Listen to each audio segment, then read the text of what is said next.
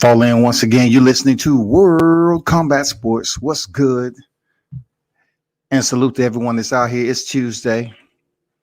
You know what's popping. Once again, WCS is on deck for another one. Got some good news coming. Good news. You know what I'm saying? You're going to like this. But first of all, I want to touch on the topic. We're going to talk about Canelo Alvarez and his cherry pie.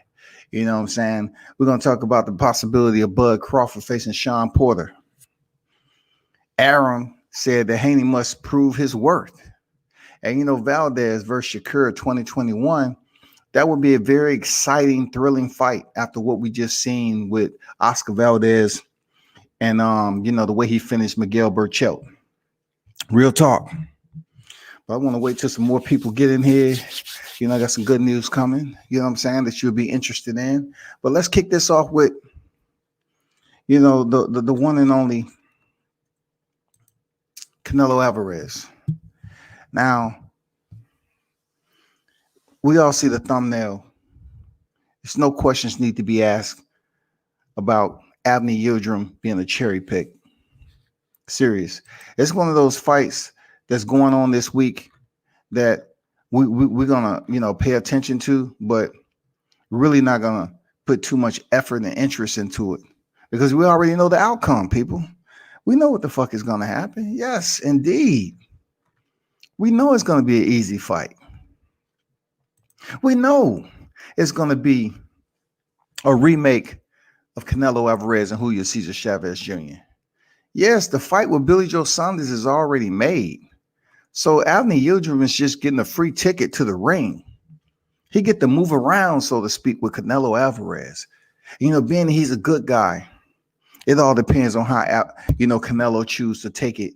Deliver the punishment. You know what I'm saying? On Avni Yildirim. I'm not saying this guy don't deserve to be in there, but what I am telling you is that it's very much one of those fights where we're going to be doing other things while it's on. You know what I'm saying? We're going to be looking at TV shows. We're going to be going into the DVR trying to find out, what movie we can watch, while this is going on. Every now and then we might lean over and take a peek. Oh, okay. All right. And continue to do what the hell we're doing. We might even be, calling up old friends and having a conversation. Every now and then we look back over there and peek and see what's going on with Canelo Alvarez. It's not going to be a priority, goddammit. It's not. It's not going to be a priority, man.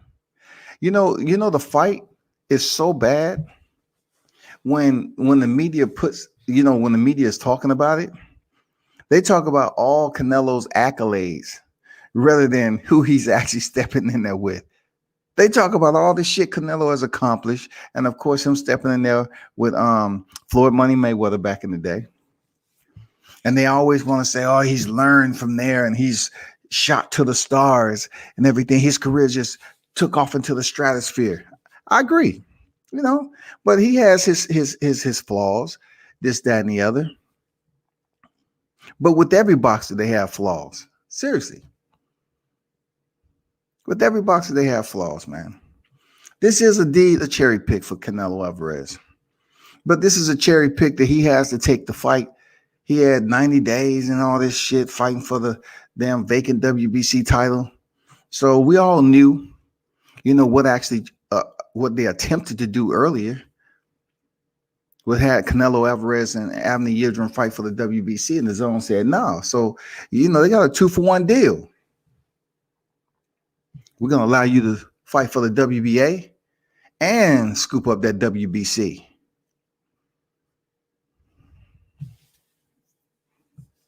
Canelo is 54-1-2 right now, 36 knockouts. And Anthony Yildirim is 21-2 and 12 knockouts.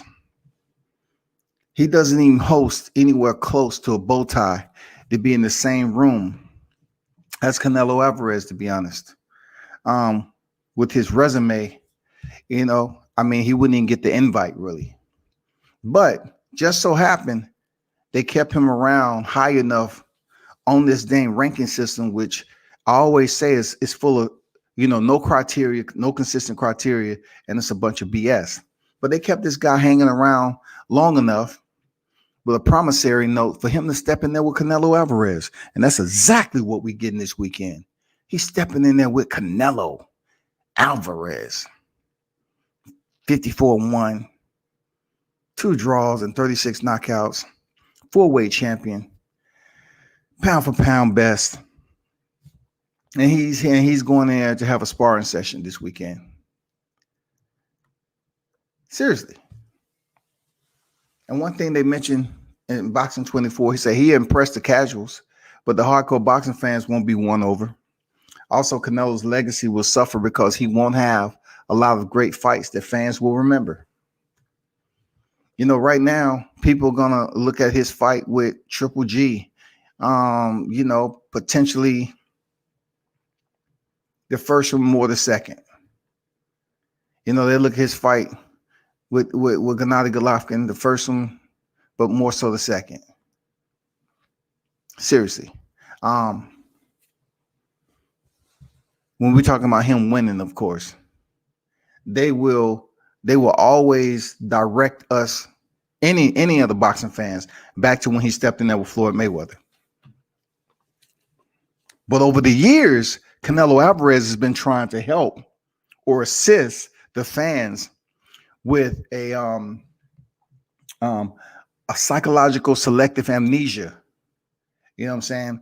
He's trying to force fans to extract the fact that he has one loss on his record. He's trying to somehow, some way get all of us to omit that from our mental catalog, and it's never going to happen. It ain't going to happen, goddammit. We always going to know you lost to Floyd Mayweather. Now, if you would have defeated Floyd Mayweather, you would have been on a whole nother planet right now in your boxing career. But one fight doesn't define,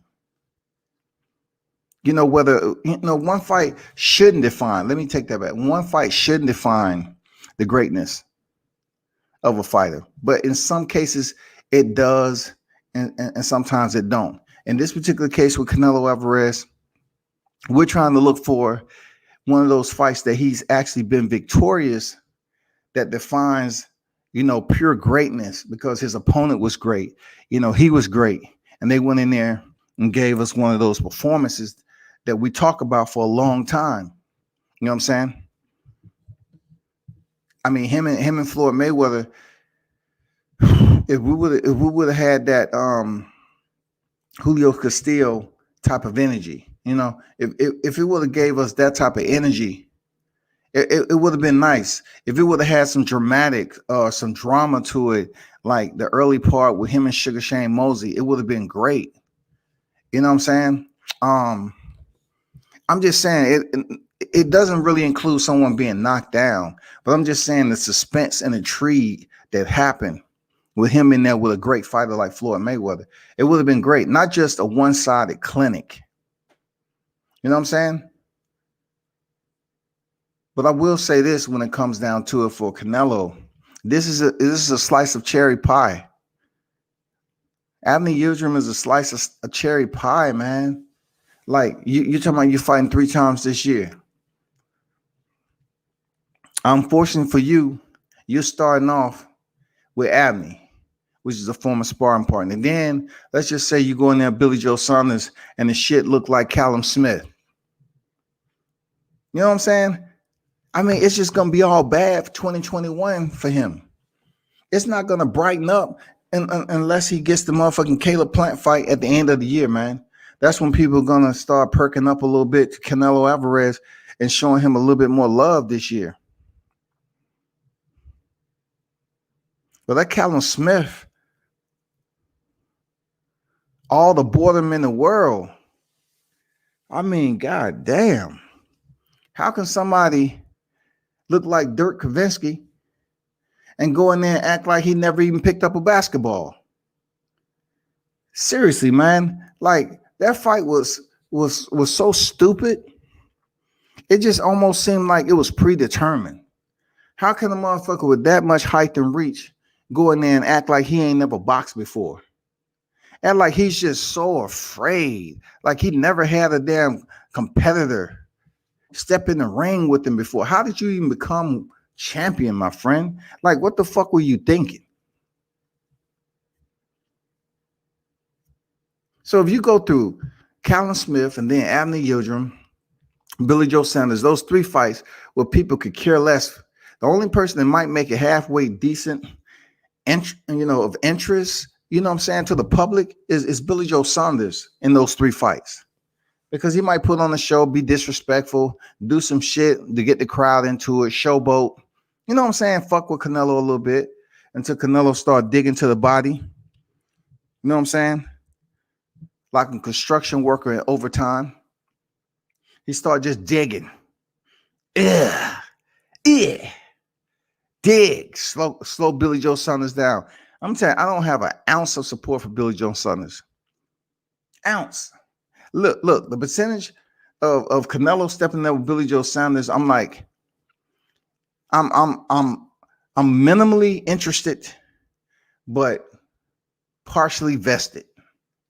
Because I just want to see Billy Joe Saunders get punished. I just want to see him get punished. But when we're talking about caring for the opponent of Canelo Alvarez, not so much, man. I don't give a fuck about that. You know what I'm saying? For real.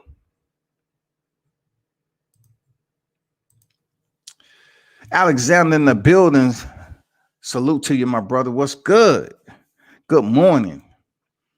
What is good, people? Man, drop your comments. What you think about this Canelo Alvarez cherry pie? I'm talking about, it's not even hot cherry pie. This is cold cherry pie. You know why? Because Abner Yildirim's been hanging around. He's been hanging around for a couple of years, dog. This is cold cherry pie right here. There's no other words to describe it. This is cold, stale cherry pie in Abner Yildirim. When you are building up to a fight and it's minimal promo, you know what I'm saying? And then every picture, Abner is just up there like a statue in Macy's. You know, he's just wearing a freaking jogging suit. Yes, it is me. Me is I, and I is him. I am facing Canelo Alvarez. Long awaited. Don't expect too much. That's exactly what's going on, man. We're not expecting too much out of this goddamn fight, except wasting our freaking time. And I'm gonna be honest with you. You know, I'm gonna tell you something you might not know, people. Real talk. I'm gonna tell you something you might not know about this fight. It's gonna shock you. But Canelo Alvarez is about to be 55, right? 2-2, 36 knockouts. Yeah, I'm calling him to stop Abner Yildirim. I'm calling it. 55, 2-2, 37 knockouts. I mean, not 2-2, 1-2, 37 knockouts. I'm calling it. 54, 1-2, 37 knockouts. That's it's gonna be it. He's gonna get 55. I'm up here multitasking. 55, 1-2, 37 knockouts, dog. That's what we're seeing right here. His 55th victory. 1-2, 37 knockouts. It's coming. That might be a little secret, but I told you first. Abner Yildirim is about to be 21-3, 12 knockouts.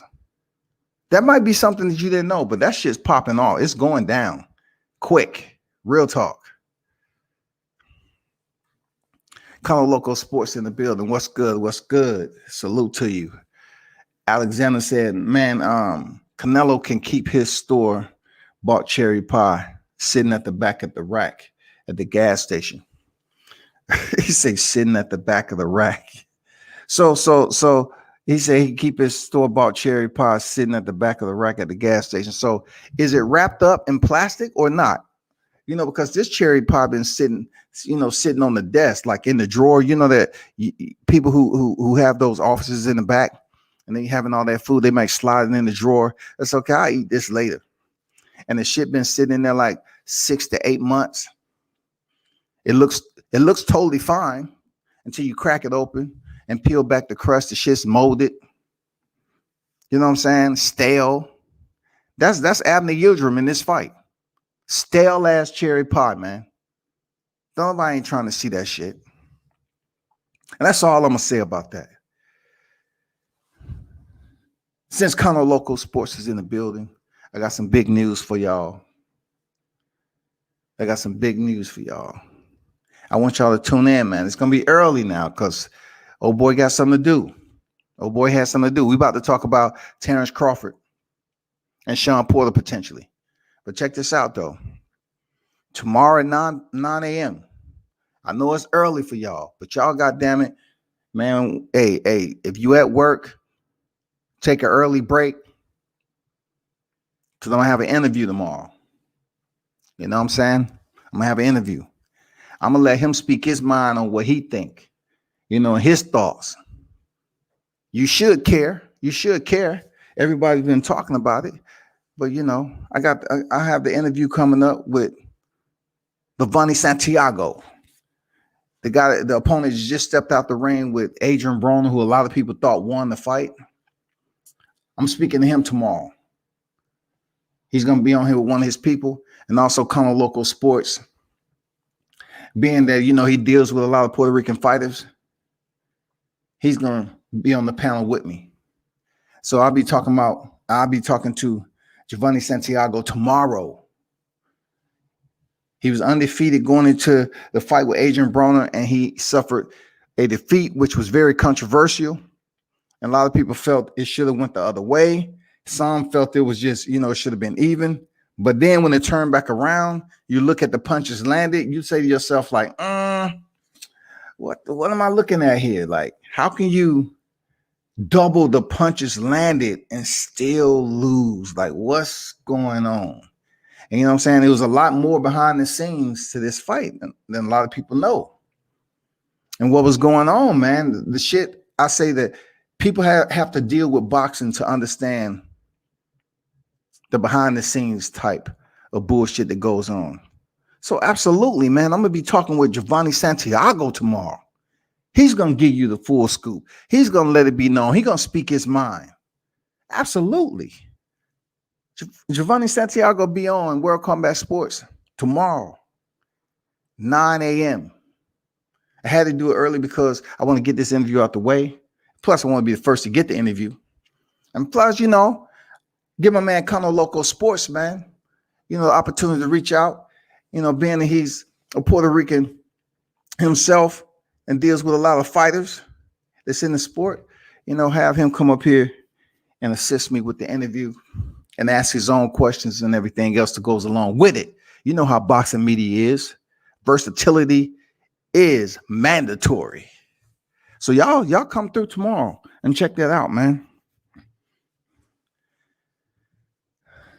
86 TV, what's good, man? Mister, salute to you. What's good? Now, if you haven't already heard, man, Bud Crawford is supposed to be potentially trying to set up a fight with Shawn Porter. I was really hoping that, Bud Crawford steps in there with Manny Pacquiao next. More so when he had the belt. You know what I'm saying? I was saying, okay, this is going to be a damn good fight for Bud Crawford to get this damn Pac fight to try to link up that next belt. But then this WBA recess bullshit happened. And now Yordenis Ugas has the title. I would have paid attention for Terence Crawford face Yordenis Ugas. Absolutely, I would, because it deals with a strap. But then when I heard Manny Pacquiao name coming to the equation, I was like, man, who wants to see that really without a strap?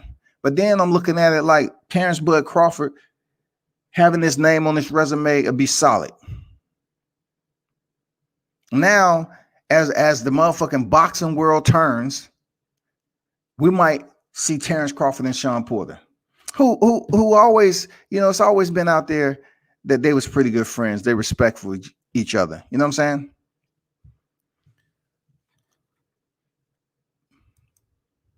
I'm hoping. Okay, this is the only thing I can say about this. I'm hoping the fights get made. I'm hoping this fight get made. Okay, I hope it's to a point where Bob Arum is able to satisfy Sean Porter enough monetarily so he can take the fight. All right, because he's been complaining about being lowballed $2 million. So I'm only waiting to see if this fight is able to be made from a point of the promoter, Sean Porter. Because Sean Porter will take the fight. He's 31. He's 31. Three defeats, 1 draw, and 17 by way of knockout. His last loss was versus Errol Spence Jr., which was an epic fight. You know what I'm saying? Since then, he's fought Sebastian Formella, former champion, and that shit was like goddamn stale mayonnaise. Now, if he steps in here with Crawford, well, I consider the motherfucking welterweight king. He steps in here with Crawford. Crawford gets to fight a common opponent of Errol Spence, of course. As much as I hate, taking that type of medicine, continue to freaking haze myself and speaking about Spence and Porter. Spence and Terence Crawford. This is another common opponent that Errol Spence has faced in his career. Seriously. It's another opponent. At the end of the day, we've seen Kell Brook, and now if this fight happened, it'll be Sean Porter. Now, the big names that Sean Porter has lost to is, of course, Kell Brook, Keith Thurman, Errol Spence. And then pending, one that's in the queue, Terence Crawford. Because, yes, I do see Sean Porter losing to Terence Crawford. Absolutely, I do. And then as I put in my thumbnail, put in my description, I believe Terence Crawford will be the first to stop Sean Porter. Stylistically, I think it's a bad matchup for Sean Porter at this stage in his career. I'm not really even mentioning the point of those individuals who's been able to drop Sean Porter. A lot of people don't want to talk about the uppercut, from Adrian Broner. A lot of people don't want to talk about the left hook from Errol Spence. But listen, it proves that Sean Porter, if you pay attention, if you're in the eye of the storm with him, you can catch him right. You can punch the timepiece correctly and clock out. Absolutely, you can.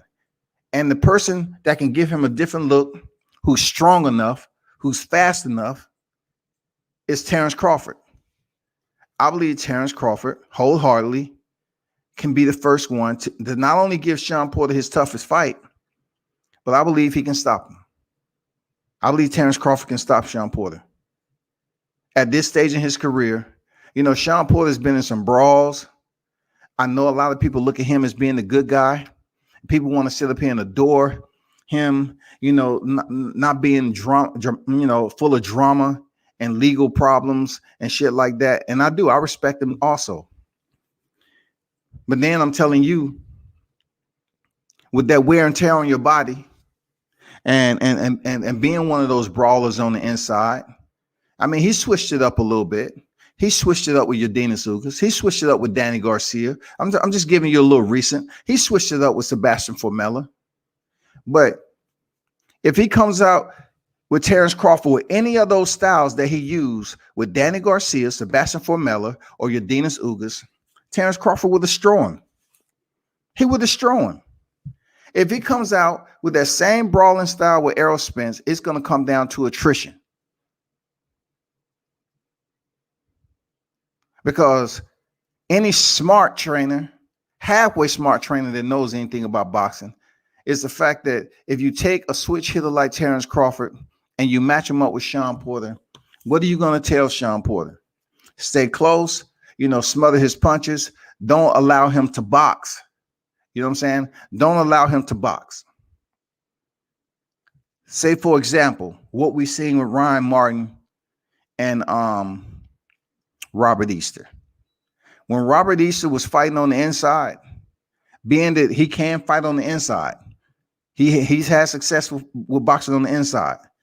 That's the only success that Ryan Martin had was fighting Robert Easter on the inside. Those 2 rounds where Robert Easter allowed him to dance with him like that, that's the only success. It was the success only came because Robert Easter allowed it to.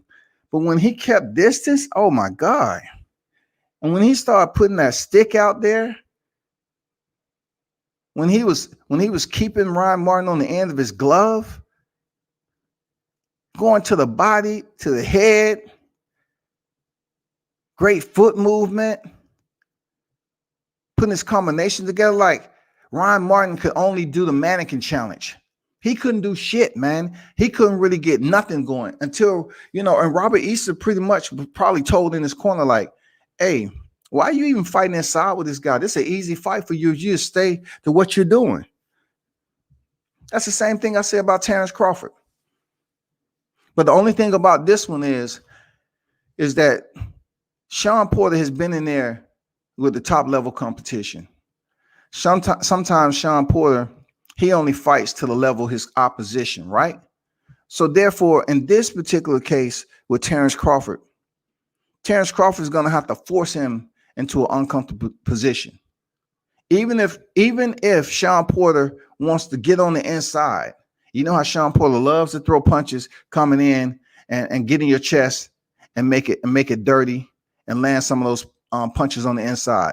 Crawford has to catch him coming in. You know what I'm saying?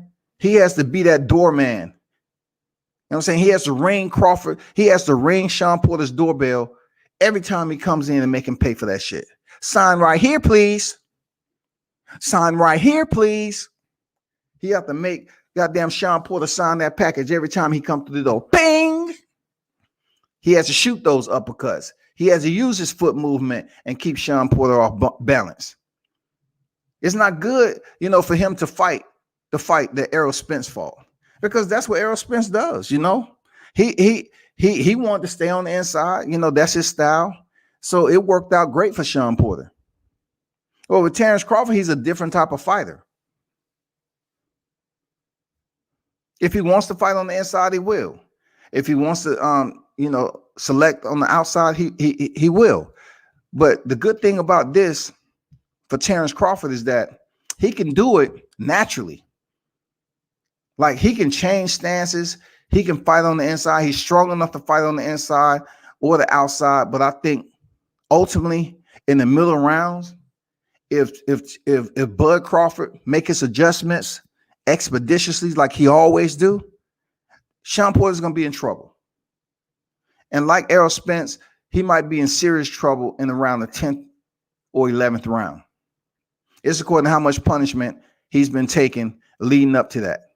The 10th or 11th round, if Bud Crawford can sign him off coming on the inside in the early rounds and make him understand, hey, this is not going to be your usual damn game plan that you like doing. Whenever you choose to come inside, you want to come in and brawl and make it dirty and shit like that. No, it's not going to be that type of fight. I'm Terence Bud Crawford. I'm not Errol Spence. I'm not going to fight you like Errol Spence fought you. I'm going to fight you like Bud Crawford fights you. Period. And if his work is punctual enough and he's allowed himself to punish Shawn Porter early, he will get the stoppage. He will get the stoppage. Romano, what's good? No cherries, no life. Yeah, no cherries, no life. What does that mean exactly? No cherries, no life. What does that mean exactly? No cherries, no life. Help me. Educate me. No cherries, no life. But I truly understand that this is gonna be one of those fights where once again we're not gonna have the same Kell Brook type sandwich. You know, Kell Brook was all stepped on and everything.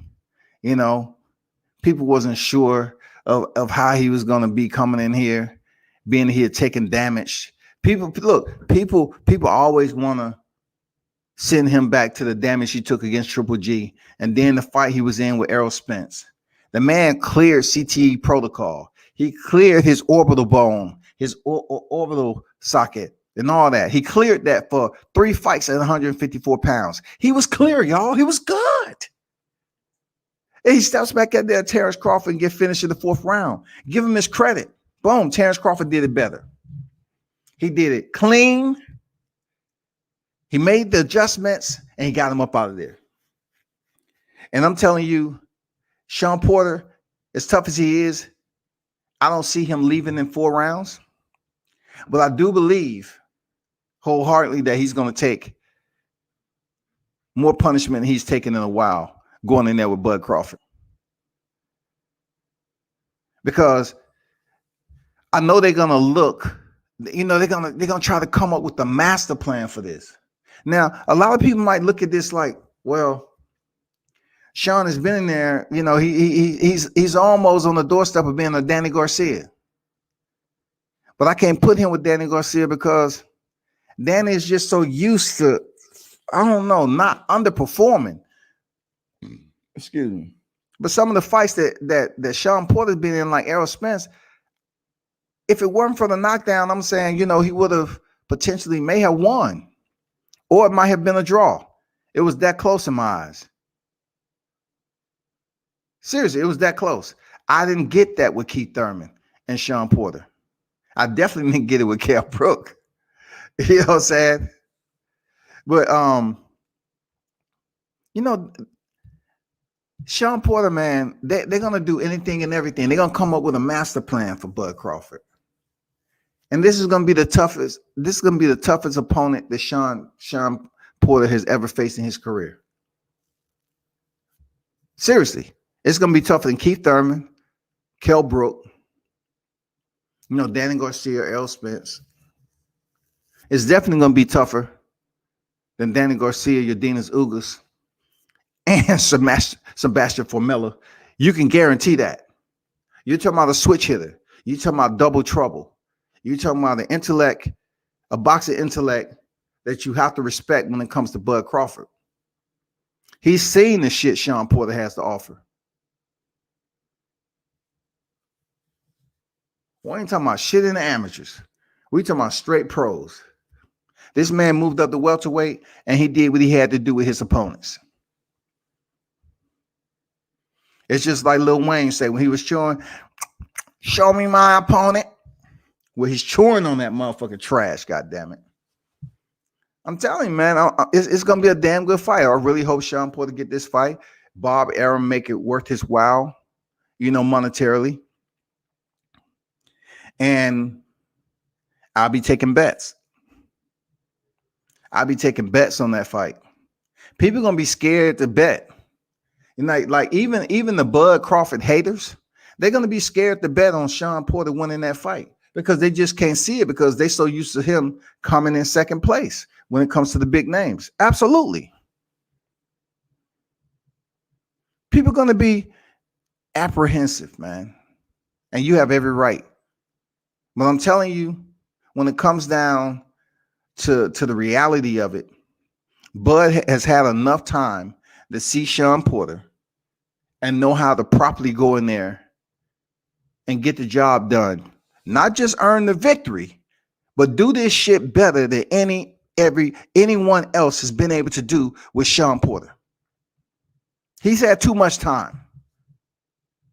He's seen too many fights that Shawn Porter was in. He's seen it already. Well, we're going to get the Errol Spence energy. We're going to get that Adrian Granado's energy.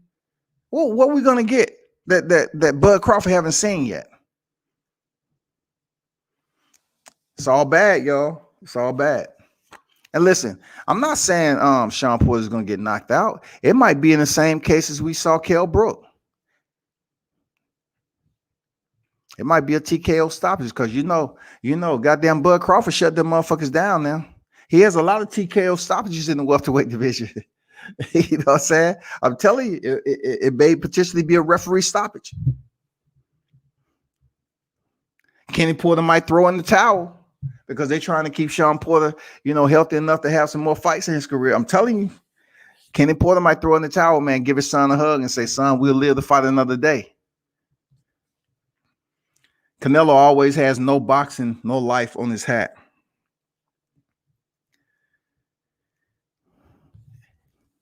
No boxing, no life. How about when he boxed, some of his opponents has no life? You know what I'm saying? I mean, some of his opponents have no life. What I can say, though, about Canelo Alvarez, like, you can say what you want about what he has going on, but you have to take in consideration of how he's been able to get it done. If it's so fucking easy, have somebody else do it. You know what I'm saying? Have somebody else do it as easy as Canelo Alvarez. But Bud Crawford, let's move closer to whatever's next after this Sean Porter fight. I don't see Sean Porter hurting Bud Crawford, even though it's been said that Sean Porter is a boxer that can get hit. And I say the same thing about Errol Spence. He get touched up too. Errol Spence can endure punishment or put himself in a predicament the same way as Terence Crawford. We've seen it. But right now, all the time that he's had to figure this out with Sean Porter, it's going to be an easier fight than people think. It's going to be an easier fight than people think. Because I think I'm not talking for Bud Crawford. I just think this is going to be one of those fights where he's going to say, yeah, a lot of y'all been talking about you want to see Sean Porter in here with me. Like it's going to change up how I do business. And then I think Terence Crawford is going to, just prove the point the same way he did with Kell Brook. He's going to prove a point. Not going to play around. He's not going to dance for 12 rounds. He's not going to play it safe. You know what I'm saying? He's going to go in there and try to give Sean Porter straight up fade.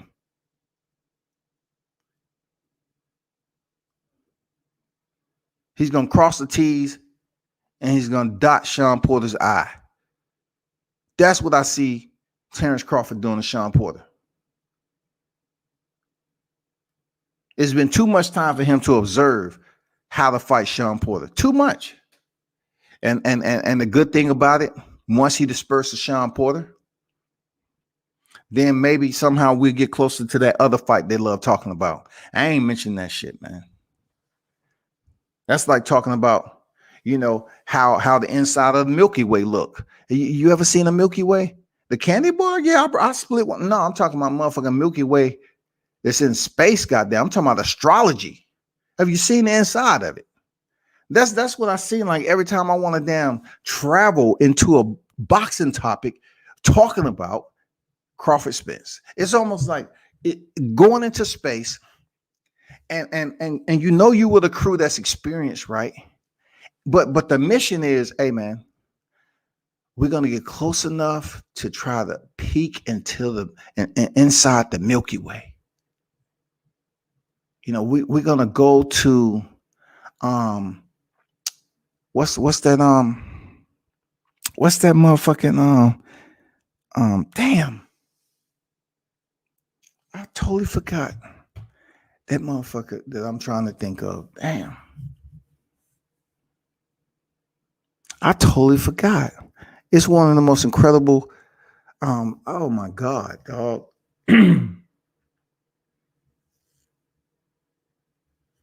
Damn, it totally slipped my mind.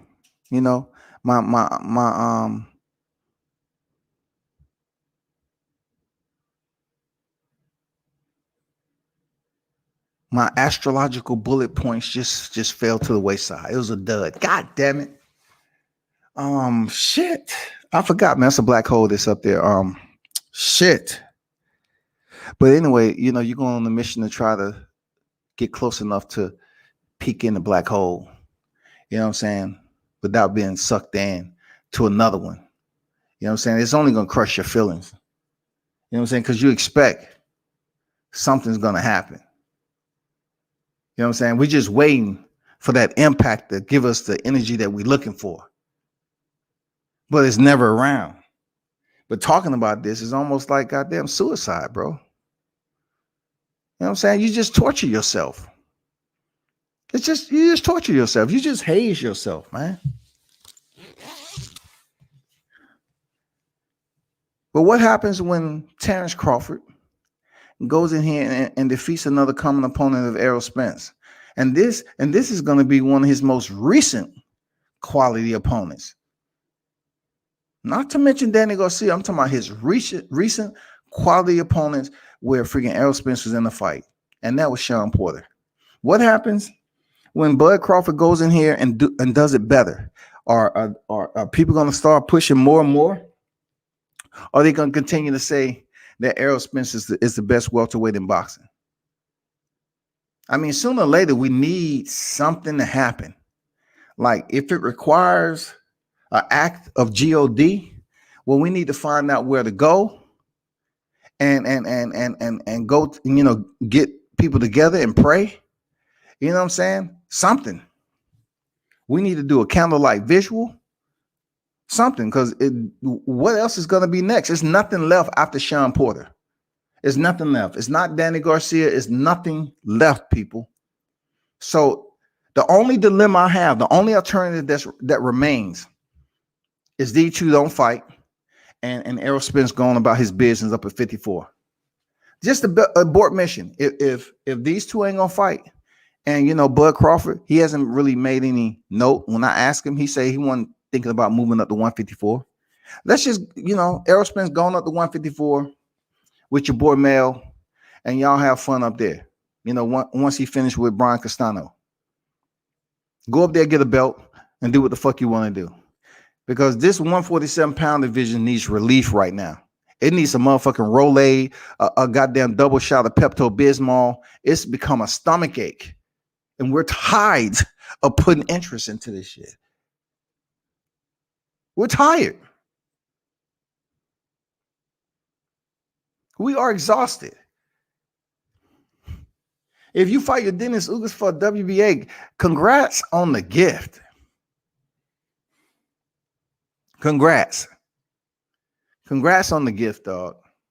Because that's the best gift you could have got right there. Congratulations on the gift. I would have rather your Dennis Ugas, fought somebody like, I know they're trying to raise Virgil Ortiz up or Boots. I would have rather Boots jump in there, and for that fight.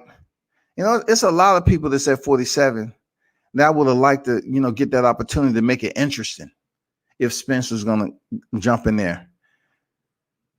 Ugas, I don't know, man. That would have been a good fight between Jerome Ennis and Ugas. Virgil Ortiz, they're trying to bring him up to the fray and make him relevant.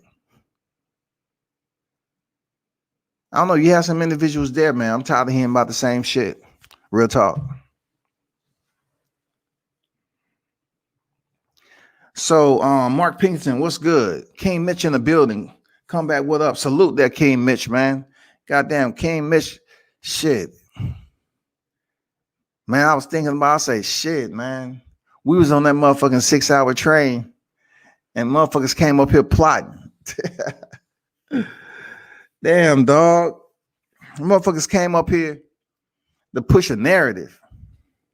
But I appreciate you. I appreciate you riding that shit out, man. For real, man. That motherfucking train right there, man, that was daylight. That was the day train right there. Motherfucker was on the transit for 6 hours, dog. But I salute you, my brother. Appreciate it. Mark say, agreed. Bud will say now who you want me to fight. I like Bud big in that Porter fight. I think he stops it. I think he's the first one that stops Porter via what he loves to do, TKO. He overwhelms Sean Porter. He hurts him, and he gets the TKO stoppage. It's not like that's not what we used to seeing with Terence Crawford. Yeah, we used to seeing that shit. People complain about him getting TKO stoppages. But is it a stoppage or not? You know what I'm saying? Who is he with the distance with at welterweight? Who? Name one who he's went the distance with. You know what I'm saying? So if that's the case, I think he's gonna, be fully driven to do the same thing with Sean Porter. How much longer can EJ drain himself to 147? That's a good question. But listen, Romano, if he's unable to feel comfortable, with all that money, because he said the only person other than Deontay Wilder, he's the only person. Ain't nobody making more money than him. So if that is the case, why are you having a problem making weight? Hire a nutritionist. You know what I'm saying? Hire a nutritionist that can set you on the right scale, in between fights and keep you disciplined, with your nutrition, your food, so you won't balloon above that, you know what I'm saying, that 25-pound limit in between fights. Spend some money on a nutritionist, man. If you're drinking, stop drinking. Fighters don't tell you everything. But if look, like I said before, I told you like 18 fights, man, Errol Spence was fluctuating in between welterweight and junior middleweight. I told you that shit, right? So how long has this shit been going? His whole career. So all of a sudden it's a problem because he's in his 30s now, right? He should have made this decision a long time ago, but he wasn't thinking about it. He wasn't fully focused on his motherfucking career. He was fluctuating, balance, juggling the damn scales, man. He just didn't start settling down. You know what I'm saying? He said, "Oh, let me just take it. Let me just take it serious now, welterweight. Let me have these 3 fights, and then let me go up here fight Kell Brook." And everybody's talking about he's a boogeyman. He too big for 47 and all this other shit. Well, maybe he was too big in a sense because he was doing other things to balloon up in between fights. He attested to that himself. He said, "I could have done better, but I was up to 189 and I had to lose all that weight." That's his words. So I don't want to hear people come on here, saying I'm hating on Spence again, because Spence has not been the most disciplined fighter for people to just get behind and make up excuses as to why that man took 18 fights to figure out he wanted to be a welterweight. Look at his box rec. Look at his box rec. If you don't believe me, look at this box rec. Pay attention. The damn receipts are out there.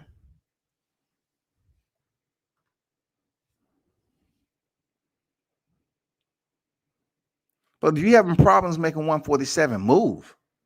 Come off those belts and move. Allow other people to become champions at 147. Allow Terence Crawford to do something you don't seem like you want to do. And that's fight for the undisputed. God damn it. I said I wasn't going to do it, and I went on and did it. God damn it. Moving on to Shakur Stevenson, man.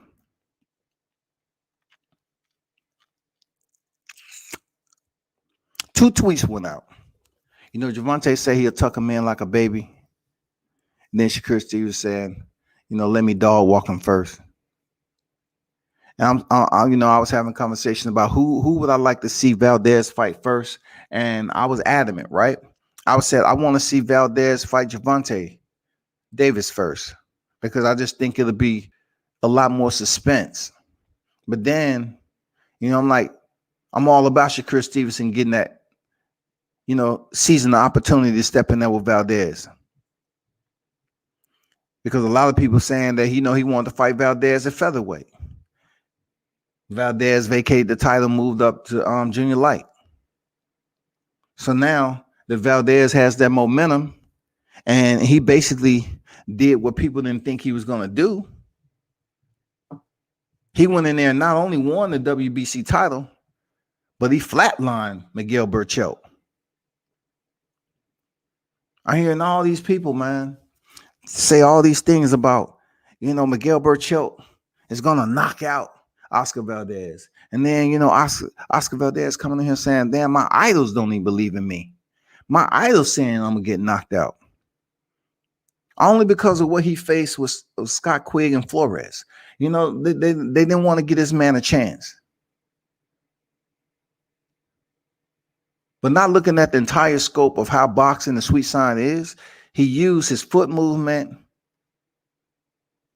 brilliantly.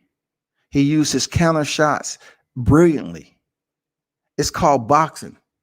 You do what you have to do. But the one thing, look, the one factor that people cannot get mad at with Oscar Valdez in the way he was fighting Miguel Berchelt is the fact that he was punishing him.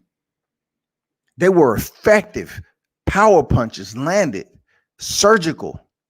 If it would have been anybody else running around playing, goddamn stand on the outside, not taking risk, they would have said, boo, man, he sucked. But Oscar Valdez was slipping punches and landing hard, effective power strikes. And Miguel was feeling the motherfuckers. They started breaking his ass down. And the pace, oh, man, what an incredible pace both of these guys were setting.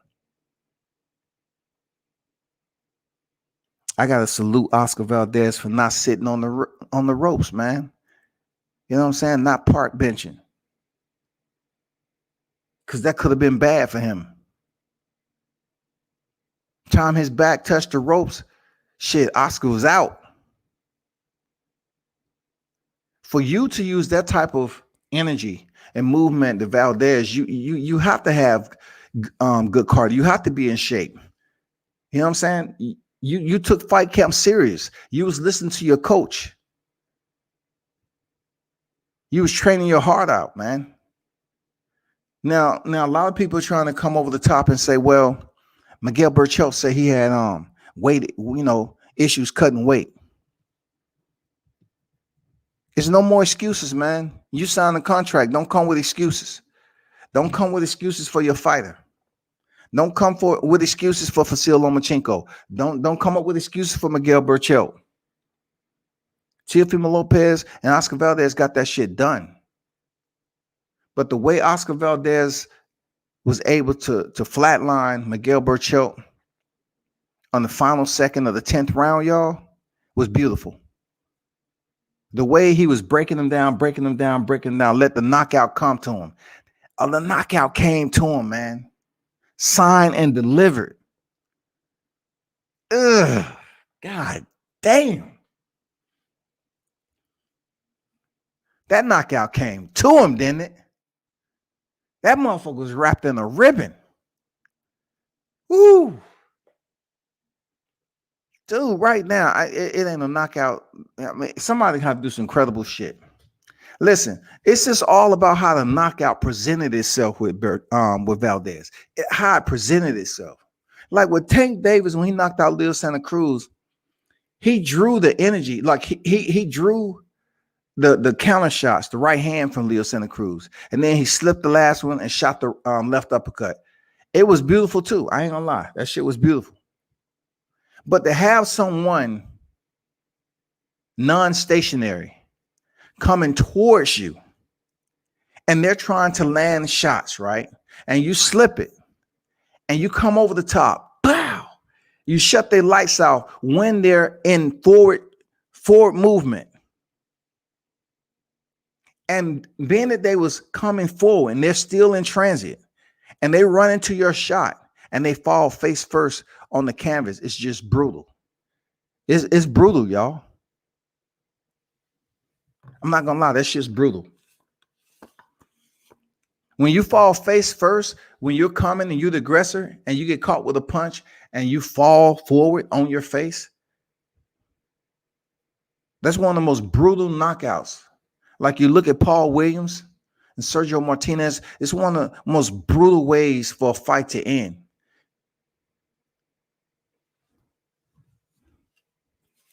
D Hodges in the building. What's good? Salute, my brother. What's good? He said, he's just saying what's up. He said he ate Burchell Crow. Yeah, man. Yeah, man. He said, salute, Kano. I'm glad Burchell's okay. Thought he was dead. I did, man. I thought we was looking at, some other fighters that have passed in the ring as of recent years. I thought we was at that point. Seriously.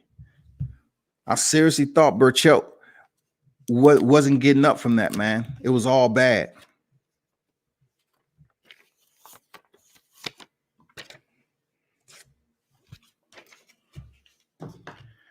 He need to take time off. He need to take time off and get himself together. Just like I said, Dillian White should take time off. But sticking to topic, if Shakur Stevenson is able to get this fight, I want to see it. Because both of these guys match up very nice. They have big enough names so people can show the attention, that legitimate raw attention, and there won't be no bullshit. I think it'll do solid views, and it will absolutely allow one of these fighters. I wouldn't say one of these fighters. I would say it will allow Shakur Stevenson to change levels in his career.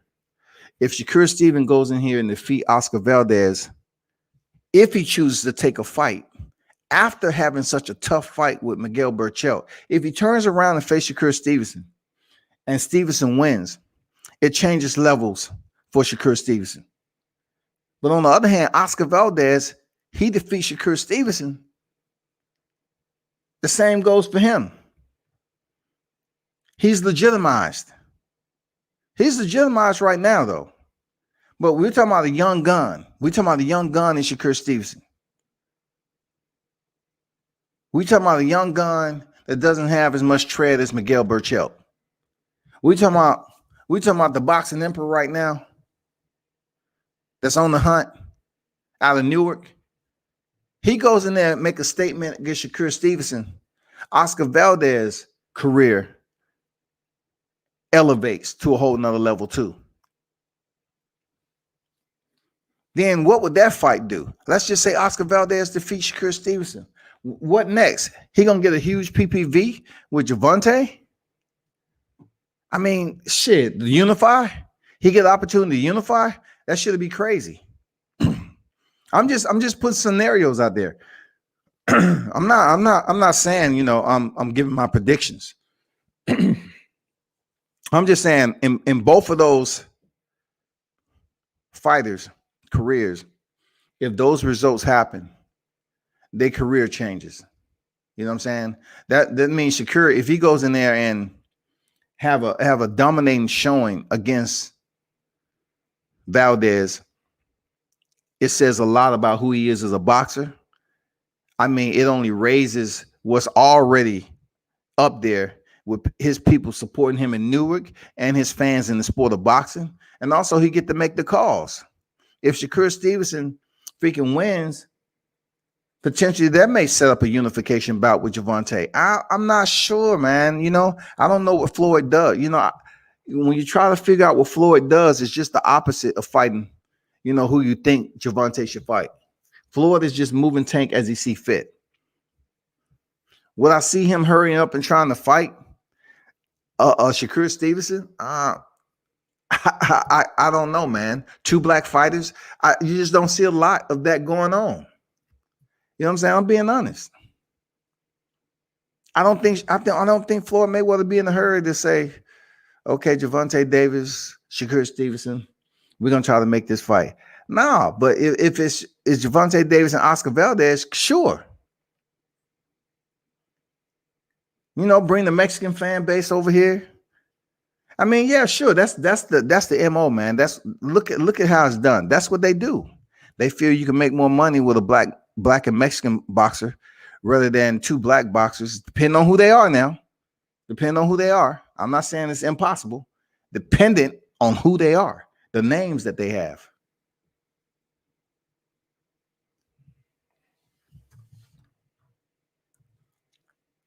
Big Dog in the building. Salute WCS. Burchelt fight should have been stopped earlier. It was just a matter of time before the vicious KO happened. I can tell you this, Big Dog, and salute, man, for you dropping in, pulling up. I can tell you this, Big Dog, is that there were people in there that knew for a fact that Burchelt was going to freaking defeat Oscar Valdez. So in the sport of boxing, man, the referee has a lot to do with it. The referee may be the third man in the ring, but if you don't think they are unaware of the severity of a fight, then you're sadly mistaken. There's a lot of people had money on Burchelt. A lot. So when Burchelt was hurt, that referee's up there giving him ample amount of time for the spirit of boxing. He had a little bit of Jack Reese bow tie and a motherfucking handkerchief over there. I'm doing it for the sport of boxing. And excuse me, Mr. Reese, what is the sport? The spirit of the sport, or whatever you say. Oh, common sense. So he had a little bit of common sense to attempt to allow Miguel Burchelt to carry on, to fight his way out of that freaking conundrum that he was in, that abyss. Like, dude was hurt bad. And the referee was saying, you know what? I don't want to stop the fight early. And people be throwing rocks at my windows, driving up out the parking lot. I want this I want him to have ample opportunity to recover. And that's what the referee did. He tried to allow Miguel Burchelt to recover. Now, he don't have a choice once he was laying on his face. It's over. It's done. It ain't no get on your knees like Jack Reese. 13. Kasimi. 14. 1,015. No, you didn't get that because old boy was knocked out. Just like Tyson Fury. I hate the damn cross thread, the same thing. But one didn't get up. And look, once again, shout out to Miguel Burchelt. He's doing well and everything. But like Big Dog said, the fight should have been stopped when he was hurt. He was fucking hurt bad. Not only was he hurt, when the referee said, come over here, you know, he came and he was on wobbly legs. That's how much bullshit the ref was on. Like Miguel Burchelt wobbled towards you. He had noodle legs, rumbin. He had rumbin noodles, dog. Chicken flavor. His shit was in the boiler. The referee seen him stumbling and still let him fight on. Still, dog.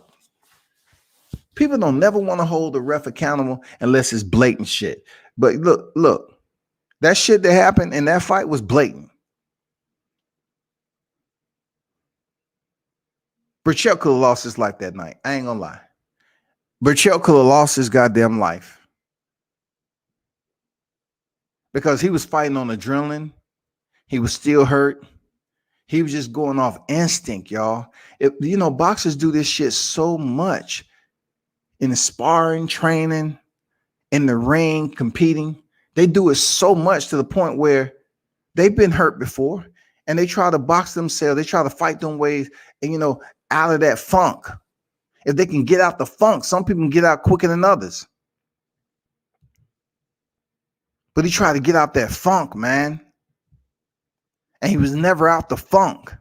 And Oscar Valdez, he was looking in the eyes of Burchelt. He was like, okay, all right, he's not 100%. He's not 100%. Let me keep on gassing him out, stand to the game plan, using my defense, boxing off the back foot, making him work. His punches are a lot slower coming in here. He's reaching heavy. He set him up. That left hand was, ooh. Good Lord. That shit was crushing, man. That's that left hand that Oscar Valdez landed. It reminded me of watching volleyball where you had the last one come up and spike it over to the opposing team. I mean, the impact that the palm of their hand have on the ball. It's just like seeing Oscar Valdez deliver that shot was just unbelievable. Boxing is a tough sport, y'all. When you take punishment like Burchell did and many other boxers that's been knocked out cold,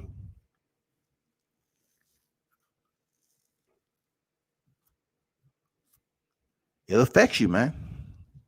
People forget how small the brain really is. People forget that shit. People forget, how your brain is jolted, from the punch of a human being. Just think about, like, okay, just put it this way. How we're finding out how fighters now are coming down with pugilistica, right? We're finding out how fighters are coming down with dementia and everything, right? And this is accumulation of damage that they've been taking over their career. It's according to how you are as a fighter. But even the ones that don't take punishment in the ring while they're competing, they may take punishment in sparring. To the temporaries, they may look at this sport as if they're just skimming through the cliff notes.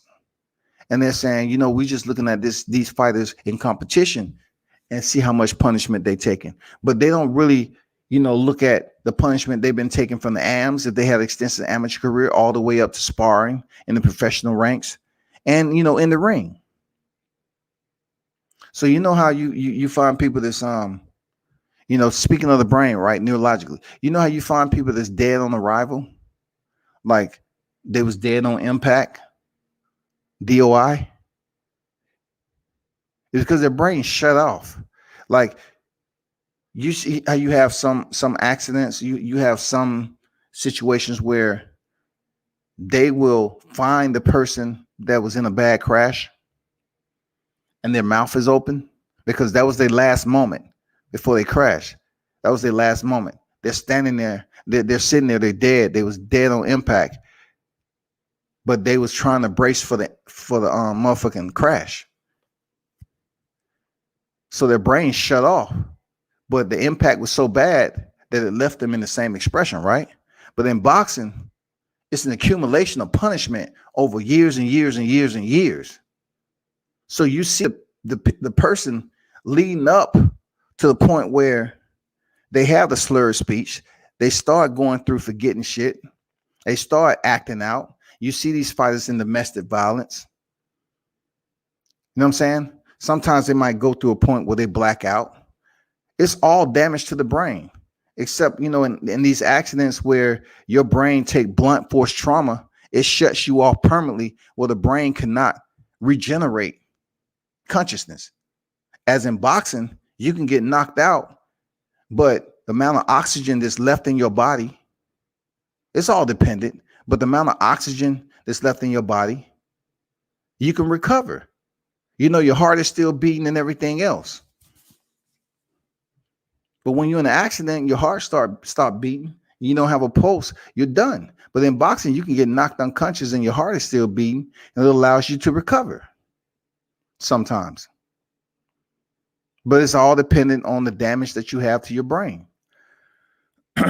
Not to get off topic. He said as soon as Burchell got rocked, early his equilibrium was off the remainder of the fight. Yeah, man, he was trying to get his legs underneath him there, Romano. You know what I'm saying? He was trying to get his legs underneath him. D. Hodges say he stinky legged him in the fourth. Yeah, he was doing the stanky leg for real. Had baby deer legs. Damn. It's a lot about this fight. Like, I cannot be a comedian with, he was on wobbly legs. I can say he is on wobbly legs, but I try to keep it professional because he was in a bad place, man. That takes years off your life. It does, man. It does. It does, man. It takes years off your life. And the only reason I can talk about, the impact of the brain from being in a motorcycle accident is that, People will tell you about the light unless you actually been there. You don't know. I mean, I actually saw the light. I seen the light, man. I don't know why to this day that I seen it. I seen the light. And then I came to. I seen the light, man. I don't know where it comes from. Look, I put it this way. Look, check this out. I tell people all the time, I don't believe there's a hell on earth. I mean, I don't believe it's a hell, period. Because if it's a place where it's constantly burning every day, we should be able to see the readings. If this place actually exists somewhere, we should be able to see the temperatures. We should be able to see this unbelievable area that burns every day continuously. And you have people that's burning for eternity. Why can't some of those people find their way back to where they're supposed to be if it's so hot and it's torturous down there? Come on, man. How can you burn forever and you live?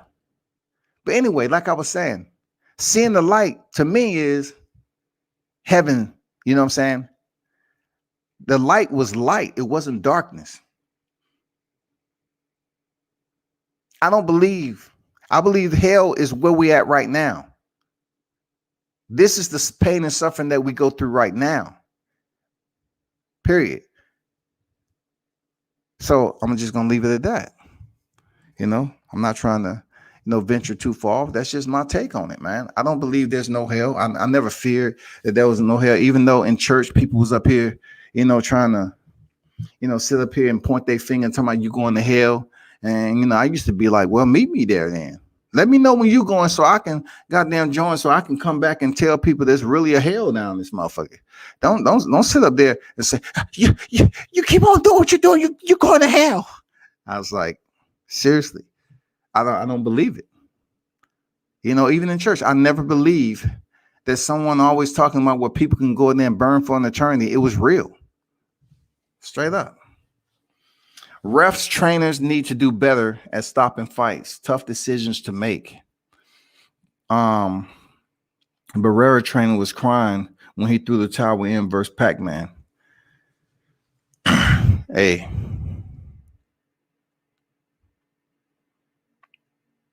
It's like this. Like some of these trainers and teams have fighters that they grow close with. The relationship is bonded on a different level. It's not just like this working professional relationship that you have. Some of these trainers and coaches, man, it becomes family to a point. You know what I'm saying? They stay around each other long enough. They have respect and bond. And it becomes family. So to see someone in trouble, someone that you respect, and you don't seen them go through the wars, you've seen them in a situation where they're not having their best time. And you've been in sport long enough that this may be potentially a residual effect on their career. It's certain things you don't want to do. Not every fighter want a trainer to throw in the towel. You know what I'm saying? Some boxers do not ever want a trainer to throw in the towel. They want them to go out on their shield. They want to damn fight to the end. They want to show the people that that's what it's about. Perfect example. Like Israel Vasquez. I use him as an example because I remember watching the wars that he was in, right? And I was like, man, Vasquez, man, his eyes messed up, And I remember him being out the sport. His eye was swollen up and he came back too early. And he came back too early for whatever. It might have been money or whatever the case may be. It might have been his team believing he was well and he wasn't. Just because the swelling go down doesn't mean the underlying issues are healed. And he came back and was in some tough, oh my God, brutality. Because that's what they wanted to give. They wanted to give that Mexican style, mano a mano, chest to chest, head to head. And after his career was over, he ended up losing the eye.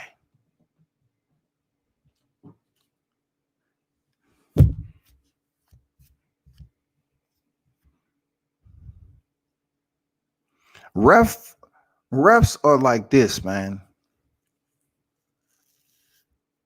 They are exactly the middleman when it comes to these boxers' lives. But I believe wholeheartedly, man. I do believe within myself, man, that some of these refs are desensitized too. Seriously, it's just like PTSD.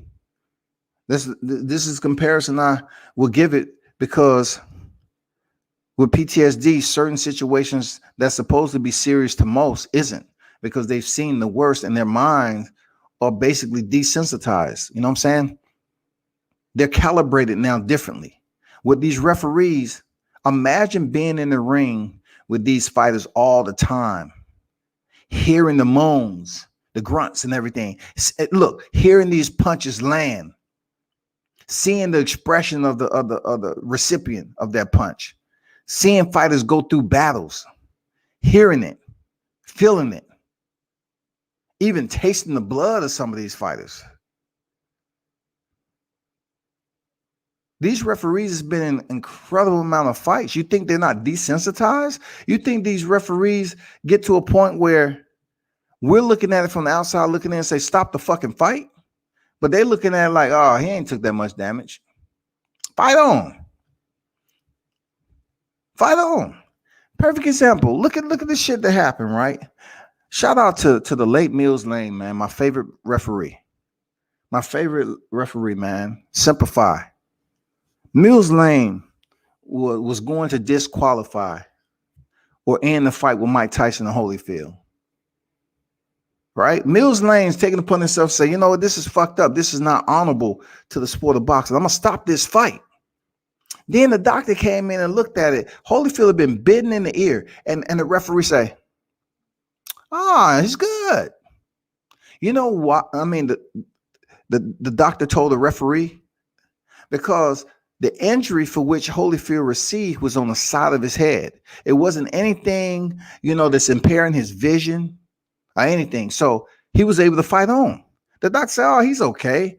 Yeah. Not the fact that Mike Tyson bit off a portion of Holyfield's ear. It was the fact that people are desensitized, even the referees, the doctors, they desensitized to seeing these fights all the fucking time. So when he told Mills Lane he was okay, Holyfield probably said to himself, damn, I'm a warrior, but somebody give me a mirror. I'm missing my ear hurt like a motherfucker, dog. And then what Tyson do? They resume the fight. Tyson bit him in the left ear. Then Mills Lane say, fuck it, I ain't waiting on the doctor. I'm calling the fight. They desensitized. Seriously, they desensitized, man. Look, if you think these referees don't know the magnitude of some of these fights and get the orders, because some of these fights, man, they'll let motherfuckers fight forever, bang it out, man, going into a motherfucking war, and they won't even stop it. They won't stop it till the man is on his knees, he's wobbling on his back, he's gurgling blood, all that, and then they wave their hands. Okay, it's over.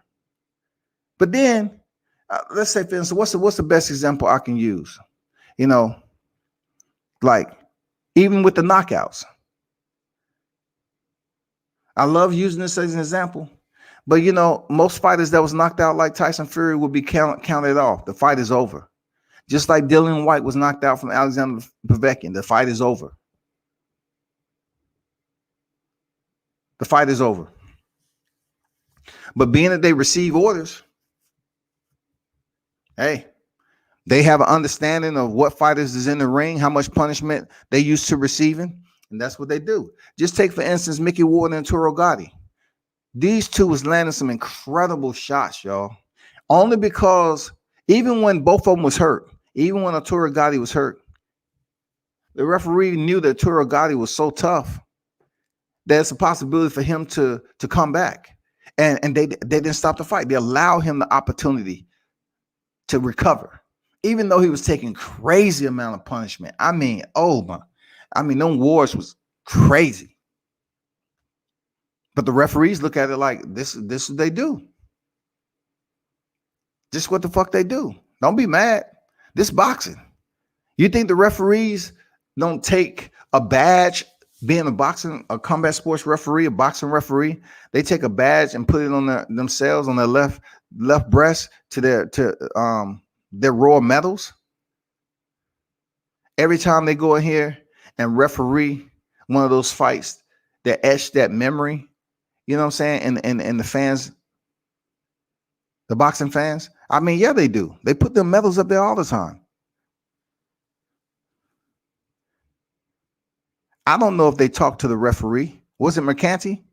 I don't know if they spoke to McCanty and told him, you know, he should have stopped the fight earlier. But that was a title fight. And in a lot of cases, they want the title fight to leave no doubt. So with that being said, two Mexican fighters is in the ring. They was going to leave no doubt on who had the opportunity to recover and make sure they're not the one that's being blamed and all the finger pointers. Oh, you stopped the fight too early. Burchell could have came back. Fuck McCanty. He stopped the fight too early. Oscar Valdez was given a motherfucking gift. You know, he didn't want that. Some referees don't want that shit.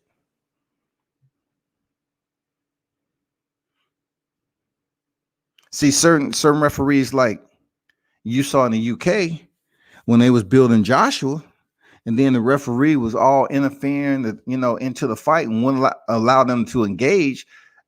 And that's another case of, you know, referees getting the message. You know, you have the A side fight of the B side. You think referees don't get the conversation sometime?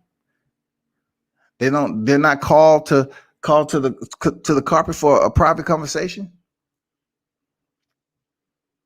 How the referee between Anthony Joshua and Carlos Takam was just interfering and goddamn was trying his best to act like Carlos Takam was trying to quit early on in the fight. And Carlos like, what are you doing, motherfucker? What are you there waving your hands like, huh? I'm here in front of you. What are you talking about? For him to get up from a knockdown and then for Anthony Joshua to hurt him slightly, and then the referee called off the fight. You know, Carlos Takam deserved to go the distance. He was fighting a damn good fight. He's tough.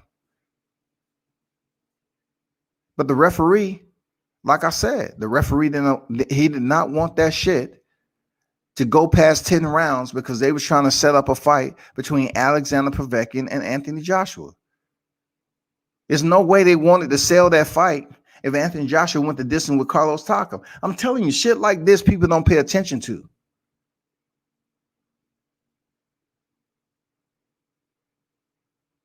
Then you might see, oh, who did it better? Anthony Joshua go in there. And what round did he stop Alexander? I mean, did he stop Alexander Povetkin in? I mean, you just have to play these things together, man. But anyway, good point. Good point there, Mitch. Sir Ken in the building. World Combat Sports salute. Salute to the wrenches and salute to the chat. Smash the like button. Always appreciate you, bro. Salute to you. And that's where we at right now, man. That's where we at. I will be dropping a thumbnail, people. I will be talking to Giovanni Santiago tomorrow morning. I want you all to tune in, pass the word. I will be speaking with Giovanni Santiago, the opponent who just faced his first defeat with Adrian Broner, and a minor controversial, you know, one of those fights that people would say this in that fight. They say, okay, like Giovanni Corner was saying, you know, don't leave it in the hands of the judges. Get it done. You know, give us that closer. Leave no doubt like Valdez and Merchel. Finish the job. Santiago landed 200 and something plus punches. Not through. He landed. Adrian Broner's numbers was under 100.